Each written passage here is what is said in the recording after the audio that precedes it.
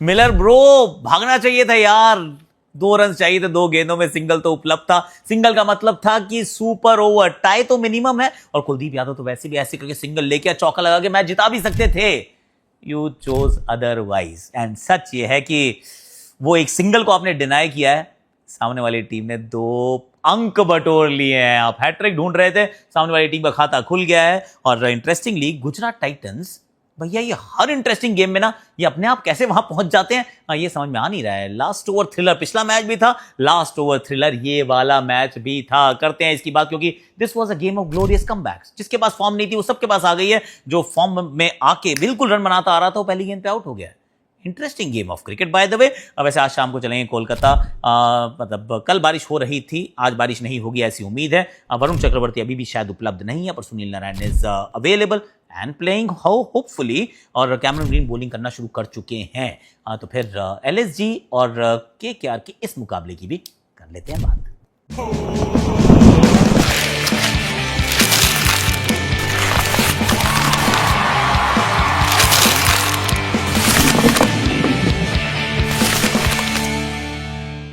Hashtag Akashvani, आप सभी का हाथ जोड़ के स्वागत है। कैसे हो आप लोग? आई रियली होप कि आप अच्छे होंगे। और जहां आपने देखी थी पीकेएल, वहीं देखना आपको आईपीएल, यानी कि जियो हॉटस्टार पे आज जाने का। मेरी शार्प ओपिनियंस आपको हमेशा क्रैक्स में मिली जाती है। मेरे आपको देख लिया ऑलरेडी इस टी शर्ट के ऊपर, क्योंकि बंगाल वॉरियर्स की टी शर्ट है, इसके ऊपर यहाँ पर क्रैक्स हमने लिखा के रखा है ऑलरेडी। और ये जो आकाशवाणी आपको वीटो ऐप पे भी मिल जाती है, जहाँ पे news, entertainment, a lot of things, and Akashvani is actually free available, तो वो चेकअप कर सकते हैं, चेकआउट कीजिएगा। लेकिन let me just start with कि पहला एक ऐसा गेम जो एकदम अंत तक गया, मतलब अंत तक इनका वैसे पिछला गेम भी गया था versus RR, but again they didn't have the same thing.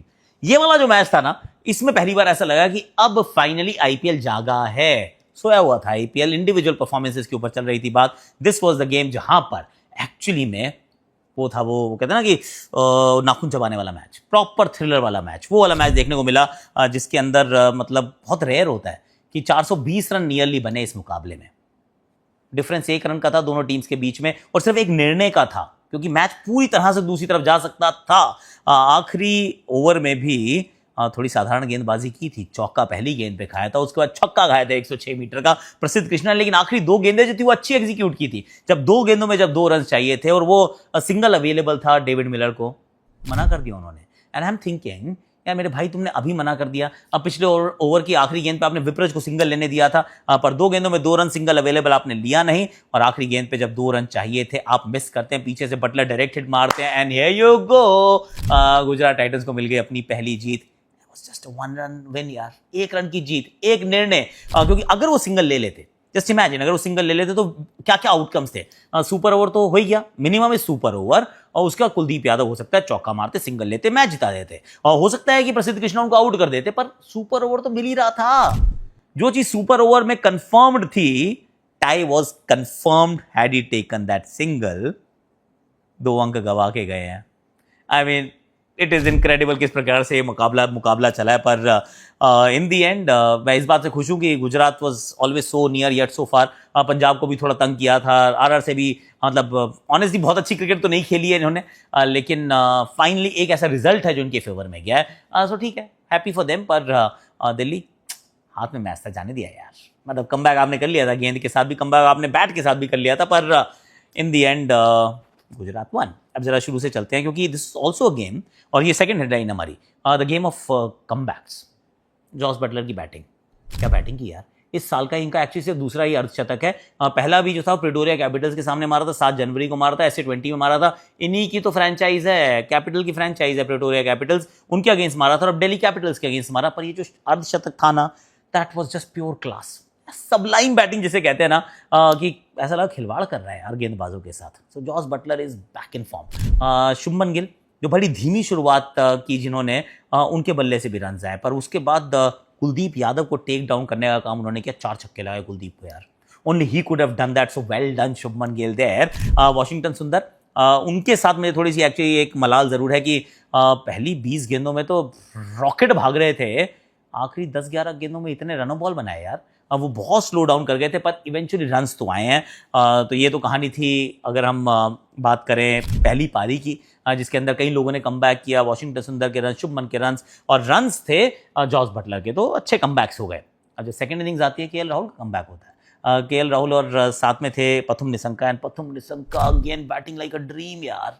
एक ओवर उन्होंने 23 रन मारे अशोक शर्मा को, और एक भी बॉल खराब नहीं थी, और एक भी शॉट ऊट पटांग नहीं था, सीधे बल्ले से मारता है। कितने ही इज ब्रिलियंट। मतलब अगर जॉस बटलर वो कह रहे थे ना एकदम मक्खन मलाई बैटिंग, भाई ये भी एकदम मक्खन मलाई बैटिंग कर रहे थे। आई डोंट नो कि इसको कौन बेहतर कर रहा था, गॉट नो आइडिया, क्योंकि दोनों इतना अच्छा कर रहे थे। केएल राहुल धीमी शुरुआत जरूर थी, but then he picked up यार, he picked up the pace and he was absolutely stellar. Towards the end, of course, एक वाइड यॉर्कर पे आउट हुए, पर खड़े खड़े जो छक्के मारे हैं, 92 रन बनाए उन्होंने, खड़े खड़े ऐसे करके छक्का, ऐसे करके छक्का, स्पिन पेस सबको नेस्ता नाबूद किया। तो उनका भी कमबैक हो गया। कमबैक जो है वो पथुम निशंका, कमबैक नहीं बोलूंगा, वो तो अच्छा ही खेलते आ रहे थे। कमबैक राशिद खान का हुआ यार, 3 wickets giving away only 17 run, सिर्फ 17 रन उन्होंने दिए, 3 विकेट चटकाए, जिसमें एक ही ओवर में 2 wicket, he was on a hat trick. And then Sameer Rizvi, जो लोग अच्छा कर रहे थे ना, वो पहली बॉल पे आउट। वो जो हैट्रिक जो थी, ऑन अ हैट्रिक जो रादर थे, उसमें पहली गेंद पे अगर नीतीश आउट हुए थे, दूसरी गेंद पे समीर रिजवी आउट हुए थे। वो जो गूगली थी पढ़ने में असमर्थ, वो जाके गेंद लगती डंडे पे, उसके बाद वो अक्षर पटेल को भी इवेंचुअली आउट करते हैं। That was brilliant. Again a game, जो इतना बड़ा गेम हो, 400 रन, 420 रन का गेम हो, 210 plus 209, there was one decision that changed everything. पर एक चीज़ और है, जीटीए 235 होने चाहिए थे यार, 235 was there for the taking. आपने एंड अच्छा नहीं किया, आपके आखिरी 5 में सिर्फ 49 आए थे, so you lost a little bit of steam. तो ये आपके लिए एक परेशानी रहेगी। दिल्ली की अगर मैं बात करूं तो इससे थोड़ा सा बेहतर रन चेस हो सकता था। Nitish Rana, you have to do something, क्योंकि 3 पारियां हो चुकी हैं। समीर रिजवी रोज तो आपको मैच नहीं जिताने वाले हैं, आशुतोष शर्मा बाहर बैठे हुए हैं। तो आई थिंक नीतीश राणा के लिए एक बड़ा ये थोड़ा प्रिडिकामेंट है कि अब क्या किया जाए। ट्रिस्टन स्टब्स मुझे लगा शायद पहले भी भेजे जा सकते थे, उनको लेट भेजा, वो रन आउट भी जो direct hit, again a game changing moment. और डेविड मिलर की भी इंटरेस्टिंग बात ये थी कि हाथ पे चोट थी, बाहर चले गए थे, then he came back and started smashing sixes. Bowling Gujarat better हो सकती थी, आई विल बी ऑनेस्ट, चाहे वो अशोक शर्मा हो या फिर प्रसिद्ध कृष्णा हो या even Mohammed Siraj. I think थोड़ी सी 50-50 गेंदबाजी हो रही है।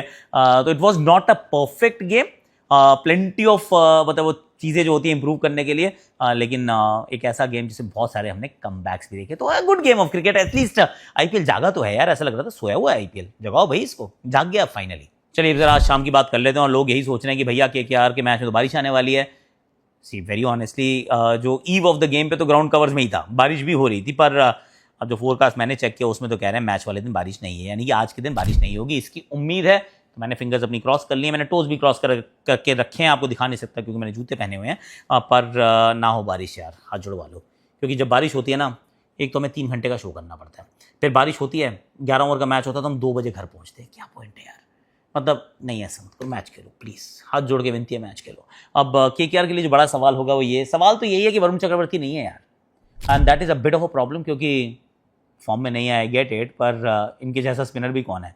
क्या दक्ष कामरा को खिला सकते हो आप? अब आपने सेलेक्ट तो किया है, is got that mystery going, पीछे भी अच्छा करके आए हैं, आपके ट्रायल मैचेस में भी अच्छी गेंदबाजी की है, तो दक्ष कामरा के बारे में सोचिए। If I were you I will try and play him, क्योंकि पिछले मैच में आपने क्या तिकड़ मिढ़ाई थी, मेरे को बिल्कुल समझ में नहीं आया। आपसे 3 प्लेयर्स के साथ, 3 बॉलर्स के साथ उतर गए यार। चौथा बॉलर आपका 11 के अंदर जो था वो था इधर आपके पास अनुकूल रॉय थे, या फिर रमनदीप थे, या फिर रोमन पावल से गेंदबाजी कराओगे। आई मीन मेरी समझ में नहीं आया था आप कर क्या रहे थे। तो यहाँ पे एटलीस्ट 4 फ्रंटलाइन बॉलर्स आपकी टीम में 11 में होने चाहिए, तो please do that. That's all I'm going to say. Sunil Narayan is fit and available, तो आपको खेलते हुए नजर आएंगे। मैं अभी भी सोच रहा हूँ, हो सकता है ब्लेसिंग मुजरबानी की जगह आप रोमन पावल को खिला लीजिए, क्योंकि बल्लेबाजी में उतना दमखम नजर नहीं आ रहा है। कैमरन ग्रीन ऑलरेडी बॉलिंग करनी शुरू कर चुके हैं, मेरे को खबर ये आई है कि इस मैच में हो सकता है गेंदबाजी भी करें। तो कुल मिला के ये है। और अगर बारिश होने वाली है तो केकेआर टॉस जीत के बैटिंग नहीं करनी। एंड डोंट टेल मी कि आपने देखा गुवाहाटी में क्या हुआ था, बैटिंग जिसकी पहले आती है वो जीत जाता है, हम तो वो सोच रहे थे। Don't tell me that because I am not going to take that, right. तो केकेआर इस बार बाद में बैटिंग करना आराम से और प्ले वेल यार। I really want you guys to play well as well, but the same is true for LSG, क्योंकि एक मैच जीते, सिर्फ एक ही जीते हैं, एक हारे हैं। जो हारे थे वो दिल्ली से हारे थे, जीते वो हैदराबाद से। एक्चुअली अच्छा मैच जीते, जिसमें शामी बंगाल का लड़का लखनऊ मतलब यूपी का भी है, यूपी से आता है, बंगाल के लिए रणजी खेलता है और अब कोलकाता के सामने गेंदबाजी करेगा। He was absolutely outstanding in the previous game. 4 overs 9 runs, 18 dot गेंदे और 2 विकेट्स उन पे निगाहें रहेंगी। उन पे एक बार फिर उम्मीद यही होगी कि नई गेंद से विकेट चटकाएंगे, फिर चाहे वो रहाणे हो या फिर फिन एलन हो या 3 नंबर पे कैमरन ग्रीन हो। I mean Shami with the new ball will be a threat. मुझे तो ये भी लगता है कि नई गेंद से हो सकता है आपको एम सिद्धार्थ भी गेंदबाजी करते दिखें, क्योंकि ना तो फिन एलन को स्पिन समझ में आती है, ना ही रहाणे वो स्पिन के सामने उतने बड़े शॉट लगा पाते हैं। तो if I were you I will do that. फिर एलएसजी के लिए जो बड़ा सवाल यही आता है कि आप पूरन का क्या करें।